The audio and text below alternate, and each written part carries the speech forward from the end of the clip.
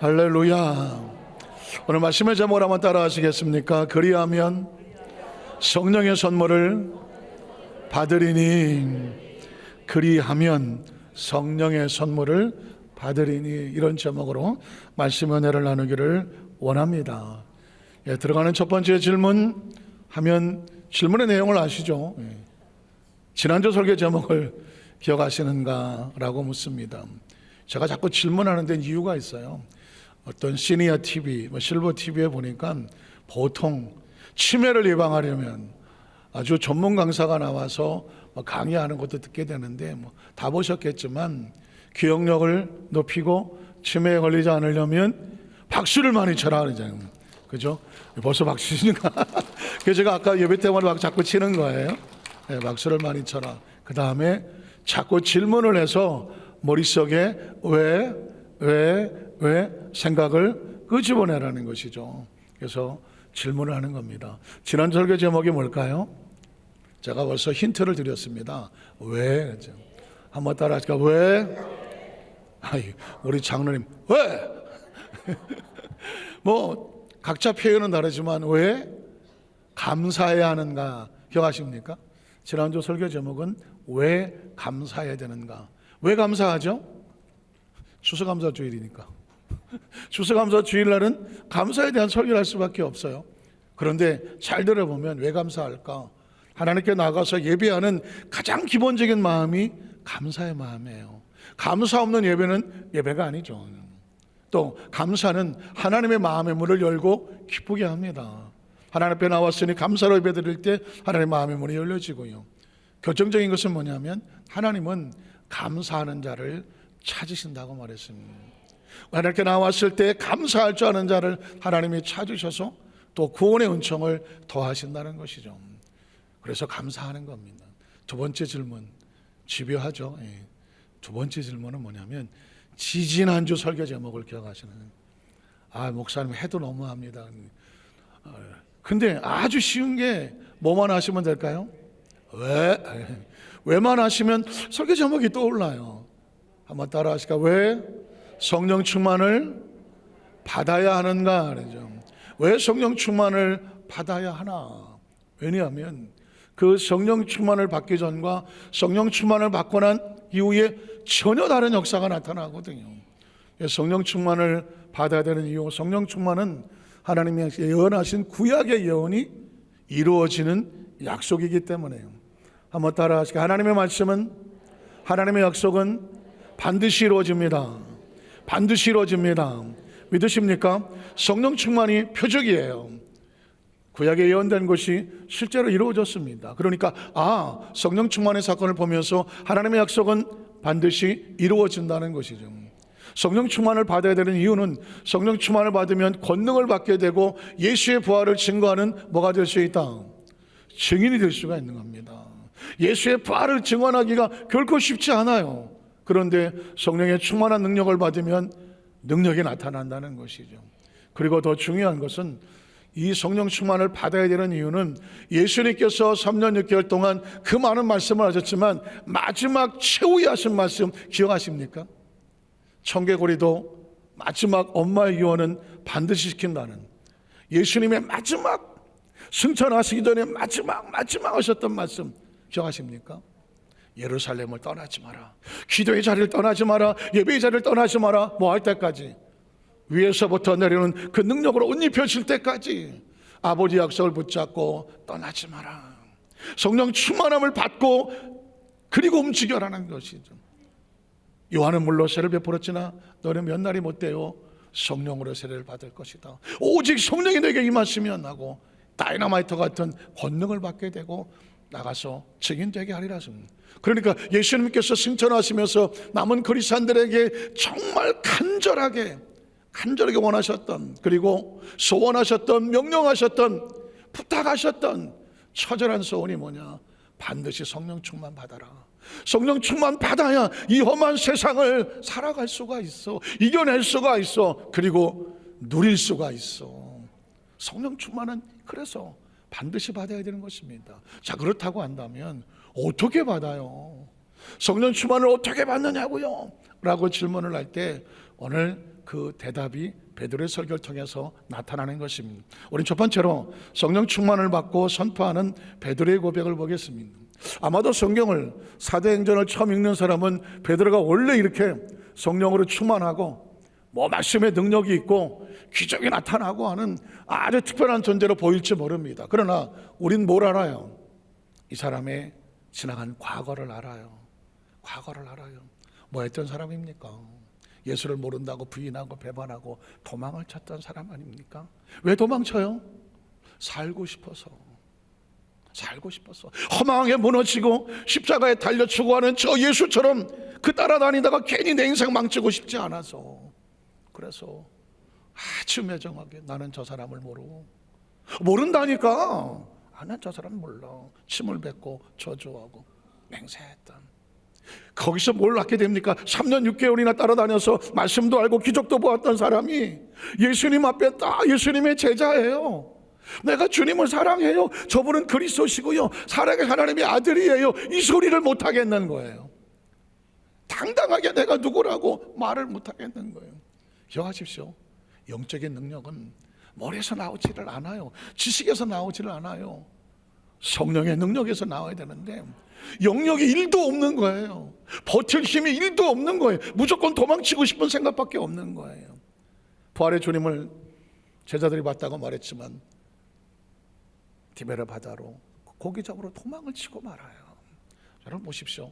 이 세상에 하나님의 사람들이 살아가기 위해서 필요한 것은 지혜도 필요하고 지식도 필요하고요, 많은 것들이 필요하지만 성령의 능력이 없으면 세상에 하나님 말씀도 살아가서 버틸 수 있는 힘이 1도 없는 거예요.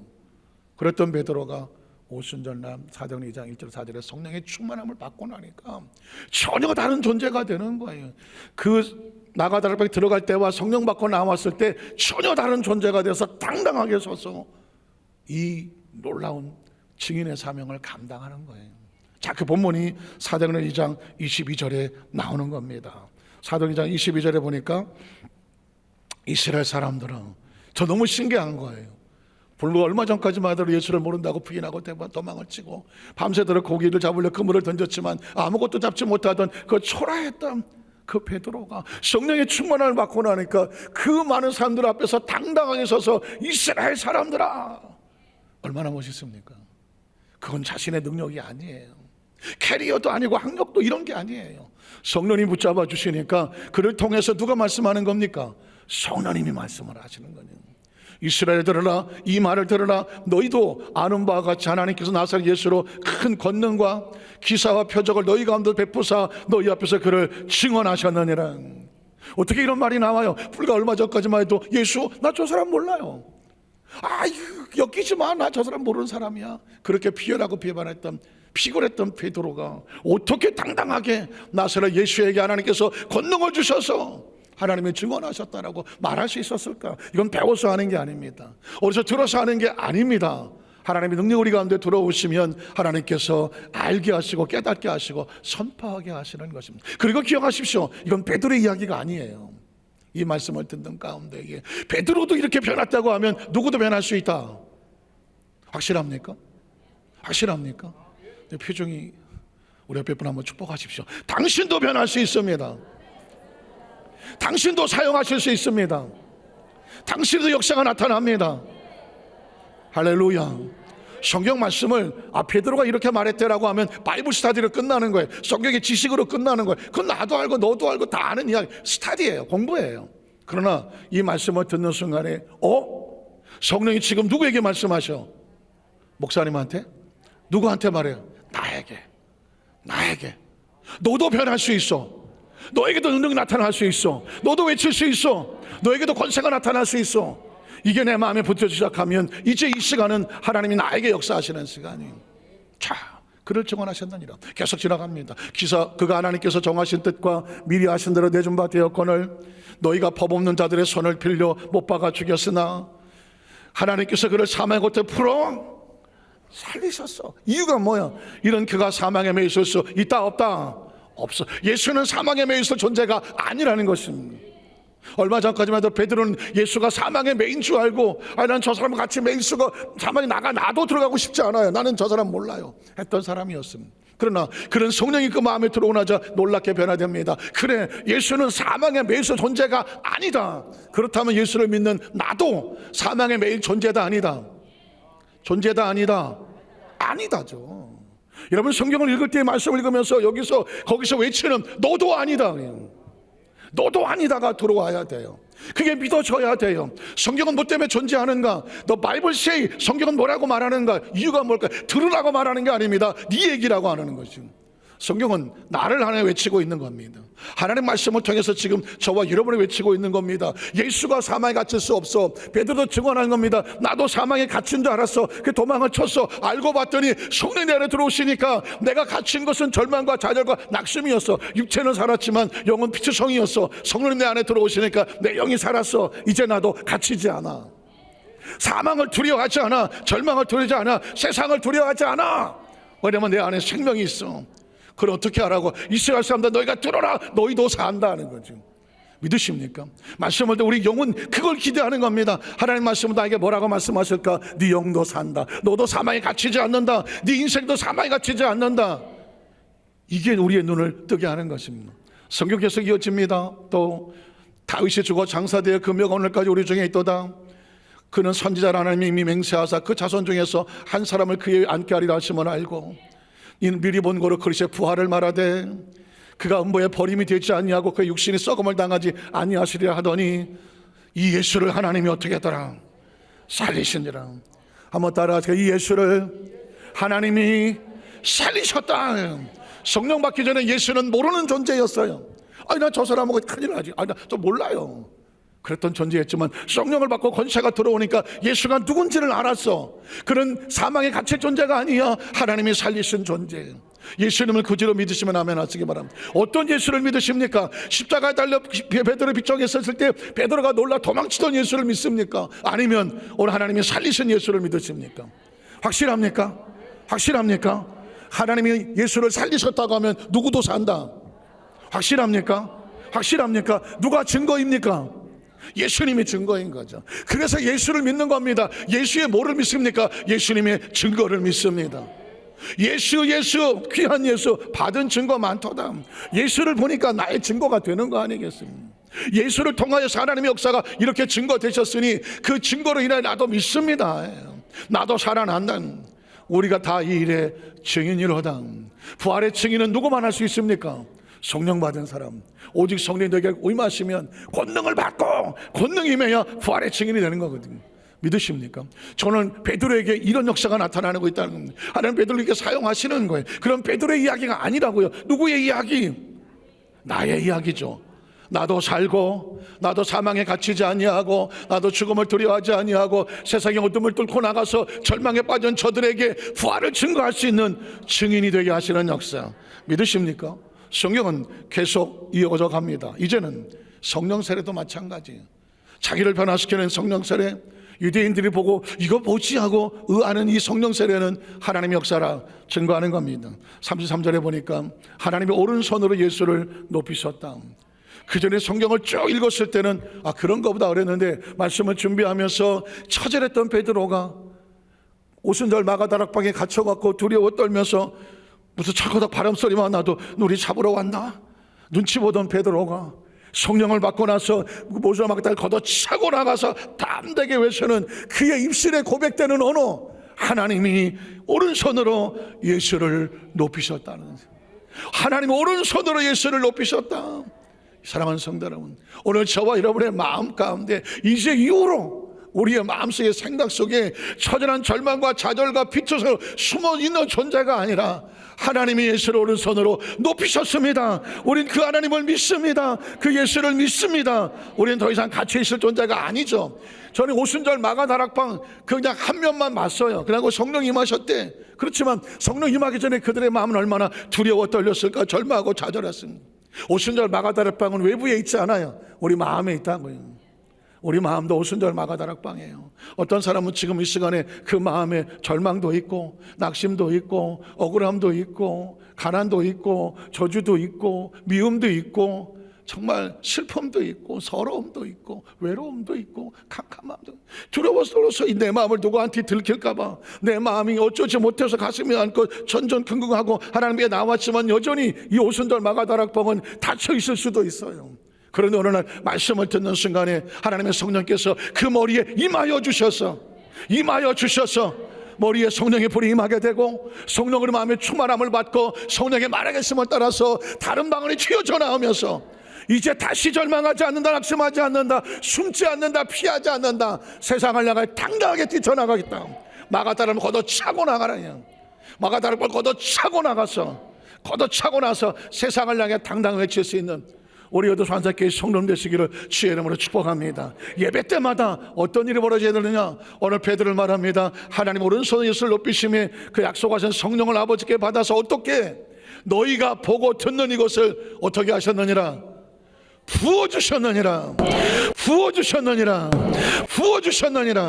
왜 부어주신다는 말을 쓸까요?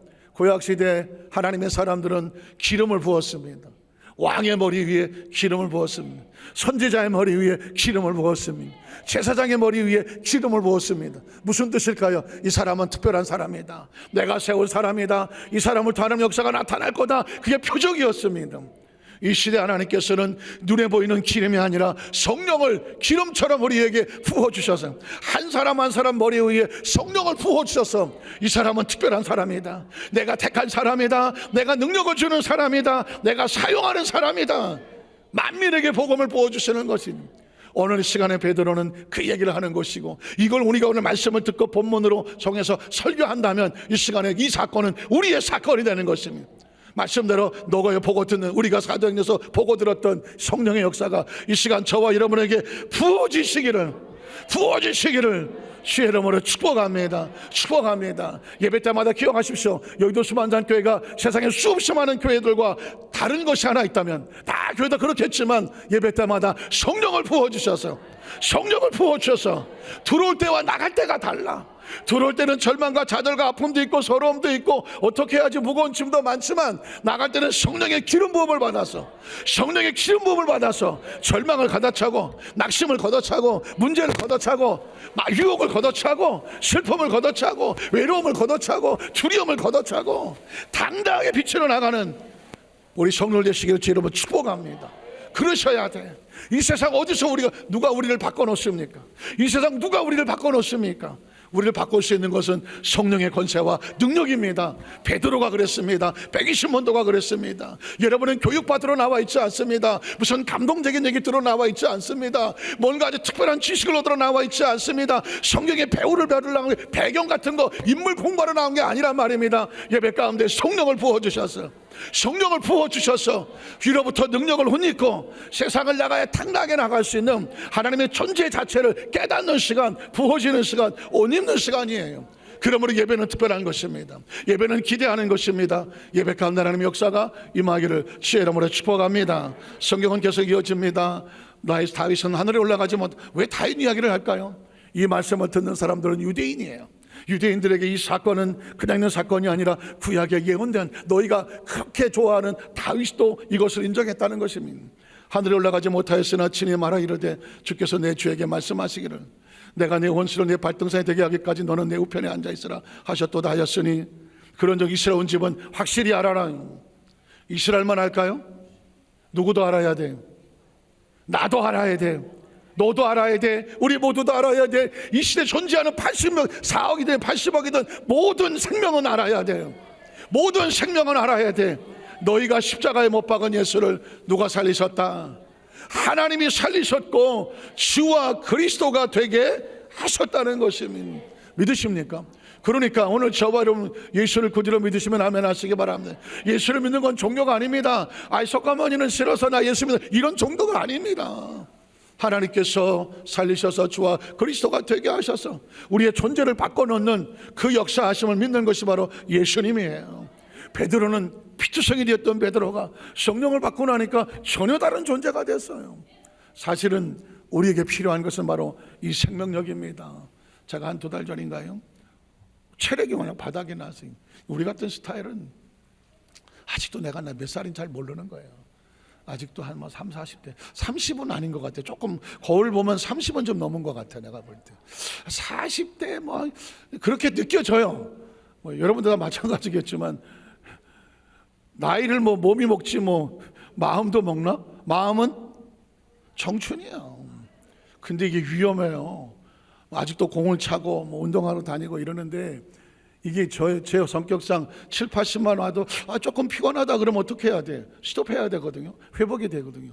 근데 8, 90을 가서 지쳐 쓰러져야 피곤한데 회복이 얼마나 늦겠어요. 옛날에 뭐 20, 30대에 벌떡벌떡 하지만 그런데 체력을 많이 썼어요. 근데 아직 젊은 줄 알았던 거예요. 이 회복이 잘 안 되고 막 지치고 힘들고 이런 거예요. 그래서 뭐 피로회복제나 뭐 이런 거 좀 살까? 그래서 약국에 가서 몸이 좀 이렇다 그랬더니 약사가 하는 말이 아이고 면역력이 떨어졌나 봐요. 면역력이 떨어졌다. 너무 많이 지쳐 있어요. 그래서 어떻게 하냐? 무조건 주무시라. 틈만 나면 주무시라. 이건 무조건 자는 수밖에 없다. 이유가 뭘까요? 잘 때 면역력이 회복이 되기 때문에. 여러분 잘 주무셔야 돼요. 잘 자는 사람은요 잘 늙지도 않는다고 하더라고. 아멘. 지금부터 주무실 판인데 어쨌든 잘 주무셔야 돼요. 무조건 자라고 하더라고요. 그리고 더 운동하지 마세요. 이 피곤할 동안은 운동하지 마라. 심지어 샤워도 하지 말래. 몸을 최대한 잘 관수하래. 이유가 뭘까요? 면역력을 키우게 하려고 하는 거예요. 그리고 난 다음에 움직이리. 마찬가지 우리 육체는 면역력 싸움이에요. 면역이 떨어지면 조금만 힘든 게 와도 어이쿠 힘들어 하잖아요. 생명력은 면역력이에요. 육체는 그래요. 여러분 영적인 면역력은 성령 충만이에요. 우리 영은 잠을 잔다고 회복되는 게 아니에요. 뭐 음식을 잘 먹었다고 영이 회복되는 게 아니에요. 우리 영은 성령이 충만해야 돼요. 말씀을 듣고 기도를 듣고 예배하는 가운데 하나님 은혜가 충만하게 와야 우리 영은 그때 힘을 얻는 거예요. 영적인 능력은 바로 이곳으로 이루어지는 겁니다. 성령 충만은 다른 거 아닙니다. 우리 영을 새롭게 만듭니다. 베드로가 힘이 없어 도망갔나요? 베드로가 힘이 없어서 아이고 나는 모르고 하고 갔었나요? 아닙니다. 그 영이 일도 세상 앞에서 내가 하나님의 백성이고 예수의 제자라고 밝힐 수 있는 영적인 능력이 일도 없었어요. 면역력이 완전히 상실됐어. 그래서 도망다니고 숨어다니고 쫓겨다닌 겁니다. 여러분 생각해 보십시오. 여러분 그런 체험 안 해보셨어요? 내가 크리스찬이에요. 어려서부터 예수를 믿었어요. 그럼에도 불구하고 세상 어디를 갔다 나와도 당당하게 내가 크리스찬이다, 나 하나님의 사람이다 혹시 잘 밝히지 못하고 쭈삣쭈삣하고 어디 가서 숨어 있고 조금만 문제만 있으면 한숨 푹푹 쉬고 있었던 기억이 없어요. 왜 그랬을까요? 면역력이 떨어진 거예요. 어떻게 해야 돼요? 면역력을 회복을 시켜야 되죠. 그래서 작전기도 하는 겁니다. 그래서 여러분 철야기도 하는 것이고 새벽기도 하는 것이고 그리고 어떻게 합니까? 때로 금식기도도 하면서 성령으로 재충만하게 하여 주시옵소서. 염려하지 마세요. 여기서 환자께 오면 매주일마다 성령을 부어주셔서 면역력이 왕성해져서 세상을 당당히 할 수 있는 성령의 충만한 역사가 임하시기를 주님의 이름으로 축복합니다. 그래서 두 번째로 보면 성령의 선물을 받아 어떻게 이렇게 베드로처럼 변화되려면 어떻게 해야 될까? 이 부분에 대해서 베드로가 말합니다. 자, 성령의 선물을 구하는 유대인들이 나왔습니다. 베드로의 이야기를 들었습니다. 어떤 반응일까요? 37절에 보니까 그들이 이 말을 듣고 마음이 찔렸습니다. 마음에 찔렸습니다. 사랑하는 성도 여러분, 혹시 마음에 찔리십니까? 저는 우리 성도들도 마음에 찔리시기를 주 여러분 축복합니다. 왜냐하면 마음이 찔려야 뭐 하게 되냐면 구하게 됩니다. 내가 나 신앙생활 잘하는데 난 이 정도면 A급 아니야? 나 정도면 이런 설교는 나 말고 다른 사람이 들어야지. 나는 끄떡없어요. 혹시 그러신 분이 계십니까? 그럴 수도 있어요. 그러나 기억하십시오. 성령의 충만한 능력을 계속 집어넣지 않으면 아무리 자동차에 기름을 만 탱크를 집어넣어도 움직이면 날아 떨어지거든요. 게이지가 축축축 내려가는 거거든요. 신앙생활도 마찬가지입니다. 한번 성령 충만 받았다고 그게 평생 가는 게 아니에요. 매 시간마다 게이지를 체크하고 혹시라도 기름이 떨어지게 되면 또 충만하게 채워야 하는 겁니다. 이 사람들은 여기서 마음이 찔렸습니다. 나는 성령 세례를 모르는데 성령 충만을 모르는데 그래서 어떻게 합니까? 베드로와 다른 사도들에게 모르되 형제들아 우리가 어찌할까? 한번 따라 하실까요? 우리가 어찌할까? 기름이 떨어지면 어디부터 찾아요? 주유소부터 찾잖아요. 마음이 급해지거든요. 마치 60, 50, 40 내려면 그땐 큰일 나는 거예요. 게이지가 빨간 게 들어오거든요. 그때는 아무것도 안 보여요. 기름 주유소만 보여요. 이런 마음의 가급함이 있어야 돼요. 여러분의 마음속에 가지고 있는 게이지는 얼마나 됩니까? 얼마나 성령 충만하십니까? 얼마나 성령님이 함께 하십니까? 내 마음속에 스스로 게이지를 보고 난 지금 얼마나 성령님과 동행하나? 내 마음은 혹시라도 성령이 들어왔는지 나갔는지 함께 있는지 없는지 충만한지 전혀 개의하지 않는 거 아니십니까? 오늘 여러분 성령님을 인정하십니까? 성령을 환영하십니까? 성령을 모셔드리십니까? 성령이 없으면 내가 아무것도 할 수 없음을 고백하십니까? 성령이 아니면 이 세상에 거룩함을 지킬 수 없는 것을 또 인정하십니까? 성령이 없으면 세상을 이길 수 없음을 여러분 인정하십니까? 이게 있는 사람은 어찌하지? 내가 성령 충만을 받으려면 어떻게 하지? 마음속에 간절함이 생기거든요. 간절함이 생깁니다. 자, 그래서 어찌할까 하고는 그 다음에 어떻게 합니까? 성경에 보니까는 베드로의 선포가 나옵니다. 사실은 저도 이 어찌할 거를 참 많이 했어요. 저는 어려서부터 장로교에 살았습니다. 장로교 합정측에서 어려서 주일학교를 다녔고 중고등학교까지 다녔습니다. 거의 20년 가까이 장로교에서 신앙생활을 했어요. 우리 어렸을 때 장로교는 아멘 없습니다. 예배 시간에 아멘 없고, 그리고 박수치고 찬양하는 거 없죠. 통성기도는 전혀 없었어요. 뭐 기타 올간도 없었어요. 그런 식의 20년을 신앙생활을 했어요. 그러다가 77년도에 순복음교회를 왔어요. 제가 적응이 되겠어요? 박수치고 찬양하는데 6개월 걸렸어요. 6개월. 야, 이거 안 되대. 변치 않는 이 박수가 안 맞아. 안 되더라고요. 통성기도 어쩌면 오늘 우리가 처음 오셔갖고 우리 교회 와서 이 교회는 뭐가 이렇게 시끄러워. 강대성이 완전히 그 목사님 무슨 화통을 삶아 삼으셨나? 그러실 수도 있어요. 제가 어렸을 때 봤던 제가 다녔던 어렸을 때 담임 목사님은 아주 조용히 말씀하셨습니다. 그러니까 워낙 목사님이 조용히 말씀하십니다. 그러니까 다들 숨소리도 못 내고 조용히 있었어요. 그러니까 어렸을 때 예배 시간은 아주 조용했어요. 저는 그게 익숙했거든요.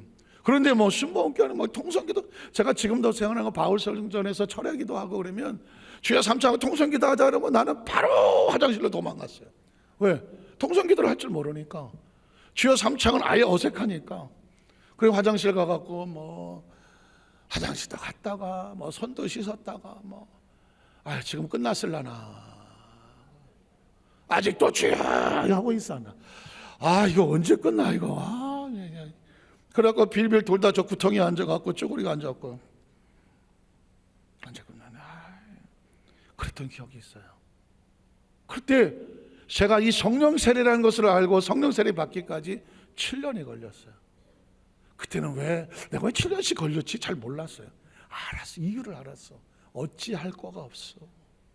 성령은요 간절해야 돼요. 갈망해야 돼요. 성령은 기다리고 대망해야 돼요. 성령의 필요성을 느껴야 돼요.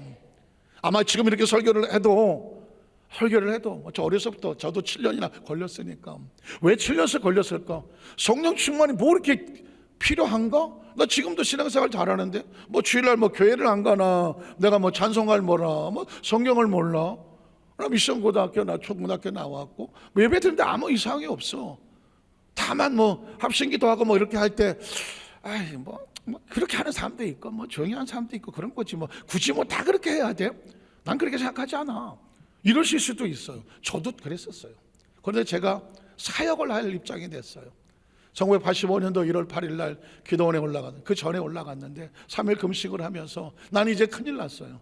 하나님 맡기신 사역을 해야 되는데 내 안에 성령의 능력이 없어요. 머리로 성경은 아주 지독히 잘 알아요. 예배는 수십 년 드렸으니까 익숙해요. 그러나 나에게 힘이 없어요. 어떻게 하지? 여의도 오산의 기도원 대성전 바닥에 엎드려서 금식하고 있다가 갑자기 제 마음속에 기도고래 가자. 누가 시켜서가 아닙니다. 스스로 일어나서 1월달이면 얼마나 추워요. 기도골에 들어가서 쭈그리고 하나님 앞에 사생결단하는 거예요. 하나님 살려주십시오.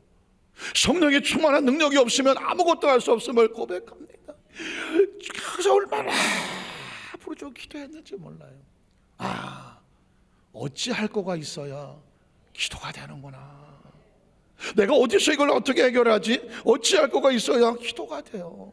저는 우리 여도수환자교회 성도님들 지금도 신앙생활 잘 하시겠고요, 잘 만족하시겠지만 저는 우리 손을 가슴속에 성령님 나 어떡해요? 난 성령 충만 받기를 원해요. 다시는 죄에 넘어지기를 원하지 않아요. 죄의 유혹에 빠지고 거기에 무너져 있기를 원하지 않아요. 나는 내가 기도의 능력 받기 원해요. 하나님 말씀의 능력 받기를 원해요. 지금 당연히 이 문제를 해결해 나갈 수 있는 힘을 얻기를 원해요. 성령님, 성령님, 성령님. 여러분, 성령님에 대한 간절한 갈망이 있어야, 혹시라도 저보다 연세가 어리신 분이 계시면, 대부분 저보다 나이가 어리시겠지만 어린 사람이 있다고 하면 진짜 피를 토하고 말해주고 싶어요. 왜냐하면 저도 그런 시절을 보냈기 때문에. 성령 세례 받기 이전과 성령 세례 받고 난 다음엔 전혀 달라요. 신앙생활이 달라요. 이건 순복음교회만 다녔던 목사가 얘기하는 게 아니에요. 장로교를 20년 다니고, 그리고 순복음교회를 그 위에 와서 다녔던 제가 피 터지게 얘기하는 거예요. 성령 세례를 받아야 돼요. 성령 충만을 받아야 돼요. 또 일찍 받을수록 사는 삶이 달라요. 늦게 받을수록 손해예요. 제가 외치는 거예요. 제가 외치는 거예요. 오늘 어찌할 거가 필요한 거예요. 그랬더니 베드로가 어찌할 거에 대한 답을 하는 겁니다. 38절에 보면 베드로가 이르되 너희가 회개하여. 회개가 뭐예요? 방향을 돌리는 거거든요. 회개라고 하니까 죄만 죄에서 나오는 게 회개예요. 그런데 더 한층 나와서 난 뭐 성령 세례 굳이 난 안 받아도 신앙생활에 성격상 안 맞고, 난 어렸을 때부터 장로교나 감리교나 이런 베이스를 가지고 있기 때문에 굳이 뭐나 그렇게 동성기도나 이런 거 하고 싶지 않아요 라고 했던 그 길에서 방향을 바꾸세요. 오늘 시간 방향을 바꾸고, 나는 성령님이 필요합니다. 성령의 은혜가 필요합니다. 능력이 필요합니다. 권세가 필요합니다. 성령 충만 받지 않고서는 내 스스로 신앙생활 할 수 없음을 고백합니다. 제가 어떤 사람이 저에게 물어요. 목사님, 성령 세례 받는 거 안 받는 거하고 뭐가 차이가 나요? 자, 뭐라고 설명할까? 만약에 한강을 건너갈 때에, 한강을 건너간다면 옛날에 내가 맨손으로 막 헤엄쳐 가는 건 성령 세례가 없이 헤엄치는 거예요. 신앙생활이 힘들 수밖에 없어요. 막 혼자 한강 어떻게 건너가요? 그런데 성령 세례를 받으면 모타 보트를 타는 것 같아요. 올라가 있으면 모타 보트가 건너가게 만들어요. 성령 세례를 받으면 그 신앙이 나를 붙잡고 성령의 능력으로 갈 수 있게 돼요. 그러니까 어떻게 해야 돼요? 헤엄쳐서 한강 건너갈래요? 모타 보트를 타고 한강을 건너갈래요? 다리로 그냥 건너갈래요? 모타 보트를 하셔야죠. 성령 세례는 그런 거예요. 그러니까 제가 저보다 조금 연세가 어리신 분에게는 반드시 한 살이라도 젊을 때 성령 세례 받아라. 그래야 신앙생활에 후회가 없고 아픔이 없고 상처가 없어요. 넘어짐이 없어요. 반드시 받아야 돼. 왜 그러냐? 저도 제가 젊었을 때는 성령 세례 굳이 받아야 돼. 나 어렸을 때부터 장로교 출신이야. 내가 20년도 넘게 장로교 다녔는데 내가 뭐 성경을 몰라? 다 알아. 굳이 성령 세례 이것 때문에 7년을 허비했어요. 필요성을 못 느꼈어. 성령 세례가 절박하니까 기도하게 되더라고요. 오늘 이 시간 후에 방향이 바꿔지시기를 주의 이름으로 축복합니다. 박박 예수 그리스도로 침례를 받고, 침례가 뭐예요? 물속에 잠겨져서 이제는 내가 헤엄을 치는 게 아니라 물이 나를 이끌어가는 거예요. 세상과 완전히 끊어진 것 같아요. 성령 세례를 받고 나면 어떻게 될까요? 그가 나를 이끌어 가시는 거예요. 그리고 죄 사함을 받으라.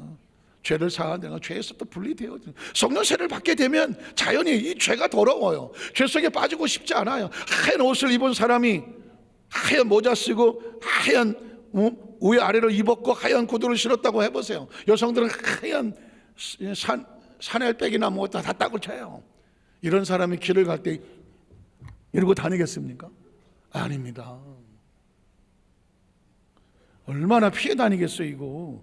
왜? 흰옷을 입으면 뭐 하나만 튀면요, 밥 먹을 때도 김치국물 틸다가만 잔뜩 놓고 이렇게 먹지 않겠습니까? 스스로 본인이 온전하고 깨끗하고 거룩한 삶이라는 것을 가슴에 소유하고 존재의 가치를 느끼면 절대 세상과 타협하지 않잖아요. 그게 그래요. 그렇게 하면 어떻게 된다고요? 성령의 선물을 주신다는 거예요. 성령은 선물이에요. 한번 따라하자. 성령은 선물이다. 선물이 뭐예요? 얼마짜리가 아닌 거예요. 값없이 주시는 거예요. 목사님 그 성령 세례 받으려면 뭐 얼마가 필요해요? 얼마 내면 돼요? No. 성령은 선물이에요. 그러니까 장로교 됐든 감리교, 저는 이제 초교파로 움직이는데요, 감리교든 성결교든 뭐 어느 침례교든 요즘은 교파가 없어요. 다 성령 세례예요. 가는 곳곳마다 성령, 둘 중에 하나예요. 성령을 받은 성도거나 성령 받지 못한 자, 둘 중에 하나지. 장로교 순복 이런 거 없어졌어요. 전 세계가 그래요. 성령은 선물이다. 그런데 그 선물을 안 받아요? 또 그 다음 절에 보면 이 약속, 성령은 약속이에요. 한번 따라하세요. 성령은 선물이다. 성령은 약속이다. 또 너희와 너희 자녀와 모든 먼데 사람, 곧 우리 하나님 얼마든지 부르신 자리, 시간과 공간을 초월하는 모든 사람들에게, 그곳에 저와 여러분도 들어있어요. 것이라 하고 또 여러 말로 확증하여 권하여 이르되 너희가 이 패역한 세대, 성령이 없는 이 험악하게 무너지는 세대에서 구원을 받아라. 다시 성령으로 옷을 입어라. 그게 구원인 거예요. 또 그 말을 받은 사람들의 침례, 말을 받았다는 얘기 뭐예요? 듣고 잊어버린 게 아닙니다. 그 말을 듣고 그대로 순종하고 실천한 사람들이 침례를 받음에 그날의 신도의 수가 3천이나 더하더라. 성령 안에 들어온 사람이 3천이나 더하더라. 그래서 42절에 그들이 사도의 가르침을 받아서, 중요한 건 뭘까요? 성령 세례 받고 난 다음에 이 세상이 다 내 것 같지만 기억하셔야 돼요. 말씀의 가르침을 받아야 돼요. 은사가 나타나고 역사가 나타나거든 반드시 사도들의 가르침을 받아야, 주의 종들의 가르침을 받아야 돼요. 그렇지 않으면 무너질 수 있어요. 서로 교제하고 거인원이야 한 형제와 자매된 것과 떡을 떼며 예수의 살과 피를 먹고 마시는 성찬을 나누며 마지막에 오로지 뭐예요? 기도합니다. 왜 그랬을까요? 오늘도 성령 충만하고 내일도 또 성령 충만하고 이제부터는 뭘로 살아간다? 성령으로 살아가거든. 수목의 성도는 성령으로 살아갑니다. 제가 1985년도 1월 8일 성령 세례를 받고는 그 기도원에서 기도하는데 하나님의 성령을 부어주시는데 갑자기 내 몸이 성령으로부터 뜨거워지고 그 큰 기도원에서 내 속에서부터 방언이 터지기 시작을 하고, 그때 저는 많은 사람들이 간증을 할 때 그 성령 받을 때 막 불 받고 떼굴떼굴 굴르고 막 그랬다고 하더라고요. 근데 저는 그냥 따뜻한 빛이 왔어요. 따뜻하니 기도골이 따뜻하게 마치 온실같이 따뜻하고 은은한 불빛이 제 몸을 감싸고, 그리고 내 속에서부터 회개가 나오고 내 속에서 기쁨이 나오고 찬양이 나오고 내 속에서 방언이 터지기 시작하고, 그리고 성령의 충만함으로 기도하기 시작하는데 얼마나 기도했는지 몰라요. 2시간이 지나간지 3시간이 지나간지를 몰라요. 그리고 나서 성령 세례를 받고 나서 기도골에서 나올 때, 이야, 이게 이런 기분이었구나. 기도골에 들어간 초라하고 나약하고 추워서 짝하고 들어갔는데 성령을 받고 그려서 나오는데 전혀 다른 세상이 나와요. 여러분 혹시 성령 받은 사람들 다 기억하시겠지만 전혀 다른 세상이 기다리고 있어요. 오순절 마가다락방에 숨어 있었던 120문도에게 성령을 받고 나니까 그걸 걷어차고 나오니까 전혀 다른 세계가 있는 것처럼, 전혀 다른 능력이 많은 것처럼 성령 세례를 받고 나면 전혀 다른 세계가 있어요. 전혀 다른 세계가 있어요. 그건 제가 나중에 또 말씀드리기로 하고 나서. 그런데 그 불을 받은 지가 40년이 지났어요. 제가 내년 1월 8일이면 41주년이더라고. 성령 세례를 받으면서 40년 이상을 왔어. 그동안 그 힘들고 못지고 아픈 게 얼마나 많은지 몰라요. 그런데 꿋꿋이 나를 이끌고 여기까지 왔었던, 식지 않았던 것은 바로 성령의 불이었어요. 성령의 불이었어요. 이제 하나님께서 지금 이제 조금 요 나이가 돼서 그런가 초교파로 움직여요. 지난주에는 목요일날 민족보험정본부 전국에서 부흥목회 부흥사들 훈련받고 졸업하는 사람이 72명이에요. 그동안 2266명이 부흥사 교육을 받고 전국으로 흩어졌어요. 77명이 올해 졸업을 했어요. 그 개회 설교를 제가 했어요. 그리고 수여식도 하고 했는데, 그렇게 설교를 하고 나니까 사실은 제 가장 핸디캡이 뭐냐, 제가 늘 고민했던 게, 야, 목사들을 놓고 내가 어떻게 설교를 하지? 저 사람들한테 뭘 가르쳐? 왜냐면 나도 다른 목사가 설교하는 거 뭐 별로 잘 안 듣거든요. 제가 안 들어요. 좀 하겠어요. 그 잘 들어오지도 않아요. 그런데 걔가 80명을 놓고 스텝까지 한 100명을 놓고 설교를 하려고 하니까 부담감이 있잖아요. 근데 하나님께서 몇 번 훈련을 시키기도 했는데 강하는데 제가 목을 놓고 설교하는 거죠. 설교가 다 끝나고 나러 왔어요. 근데 여러분 보십시오. 전 이름도 모르고 얼굴도 처음 봐요. 전국에서 왔으니까. 강원도에서 오시고 부산에서 오고 뭐 대전에서 오고 광주에서 오고, 목사님이 설교하실 때마다요 저는 불을 받아요. 목사님 오셨어요? 네. 지난 취임 예배 때도 갔었어요. 그때도 강단에 설교하실 때 얼마나 불을 받았는지 몰라요. 나는 난 그분의 말에 은혜를 받았네요.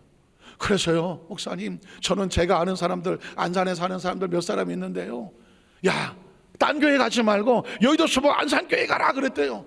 그래서 지금 2사람인가 그 목사님이 전도해서 우리 교회를 나오고 있대요. 전화번호도 적어줘서 제가 지금 통화를 해야 돼요. 누군지 아직 몰라. 근데 그분이 뭐라고 설교하는 전도를 하느냐, 여의도 수목안산교회를 가면 예배 시간에 말씀 시간에 불 받는다고 그랬대요. 불 받는다고 그랬대요. 아, 다행이다. 이분 때는 아무도 아무 안 하나. 그래. 목사님들이 안 와서 그러나. 와, 제가 정신이 번쩍 나더라고. 야, 너를 그 많은 목사들 앞에서 세워서 말씀을 증거하는 이유가 뭔지 알아? 불 받으라고 하는 거야.